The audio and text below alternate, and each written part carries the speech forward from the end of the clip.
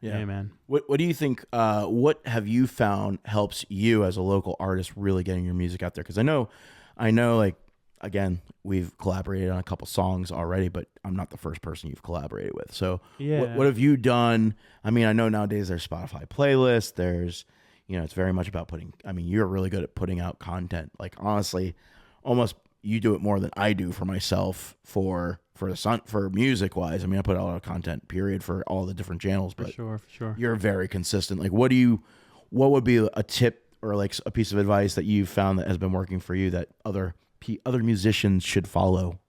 I think although there's not one pathway for every person, I think like you said it with consistency. For me, I think consistency has been one of the key components. And part of that consistency, it gets more experience. Like for example, I'll just set up the camera and record in improvisation. I don't need the conditions to be perfect. Sure, sometimes do I want higher budget stuff?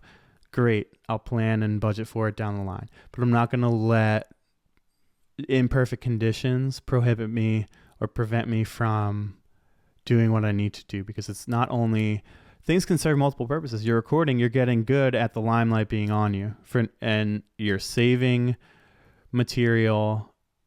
You can be spontaneous when you create material and have it recorded and saved. And then, yeah, sure, with piano, it's easier because you can put the phone on the fall board on the end, but it just enables you to get some daily content.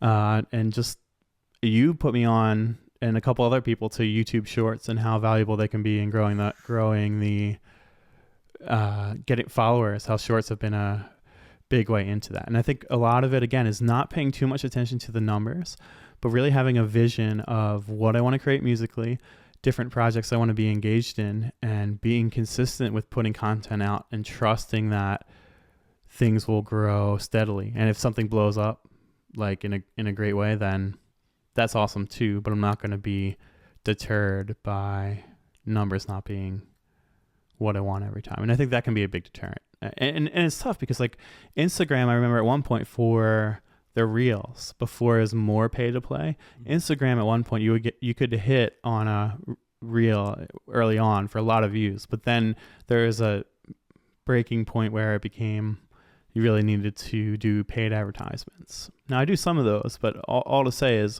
it was hard at first to not, look at it and see it for what it was and keep going, because it's just kind of frustrating. But yeah, I think consistency is worth it in the end, especially if you trust and believe in your product and what you and your music, your art. Yeah. Yeah, that's the big thing that people, I mean, again, I own a marketing company, so this is a lot of the stuff that I give businesses advice. They pay me to do it, but just consistently putting things out is literally the foundation of growing your following online, whether you're a business or a musician. But that's also what those algorithms want to see. That's what those channels want to see. Like, honestly, like that's kind of how you figure out what's working too, and what hashtags and what formats you're building your tribe and your community and your following is the big thing. So I think really trying to figure that out. Like, I was posting some stuff on my The Luke Eccles on YouTube, and it's a mix of, Sunblind music and like funny stuff and like Trump impressions and whatever. Like, is it you doing the impressions? Yeah. Uh-oh. Wrong. Oh my gosh, I have to get on that. Yeah. So, but I had a guy that was just like, you're a really good musician. Like, you should do like I don't think he knew that I was. Sure. I was in a band or anything. He's like, why aren't you doing more of that? Like, because the political stuff, like people are, saying and everything. I'm getting views on it, but it's just I'm just messing with everybody. Yeah, it's just super polarizing. People are trying to find like where you stand. Like, sure, you're a Trump, or I'm like, actually, I didn't vote for any of them. Like, right.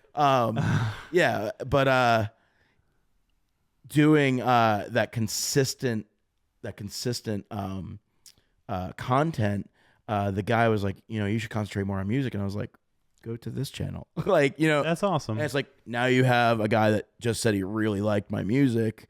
Sure. He's like, you should do more of that. And now he's following us on our music channel. Natural cross promoting. Yeah. So it's a little bit like cross promoting. And also I tell everybody, especially can tell the musicians this, but like some of my clients, I'll tell them it's a fuck around and find out environment.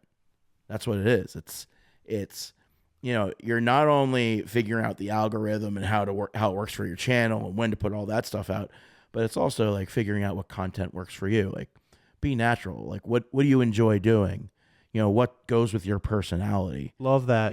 Really, and that's the thing, is that's what people gravitate towards is when you're putting out authentic stuff that you enjoy. Like we all see these guys that are out there and they're doing those like, excuse me, sir, like, do you have $1 to spare? Like where they're grabbing for attention, for their please with money and stuff. Yeah. Like, yeah, they get, of course there are videos out there that works, but if you really want to build something that's true to what you're doing, which is musicians, is to really hone in, like, what do you enjoy doing? What, like, do you enjoy doing like covers and like playing guitar riffs? Like, get a little setup and do that. Like, right.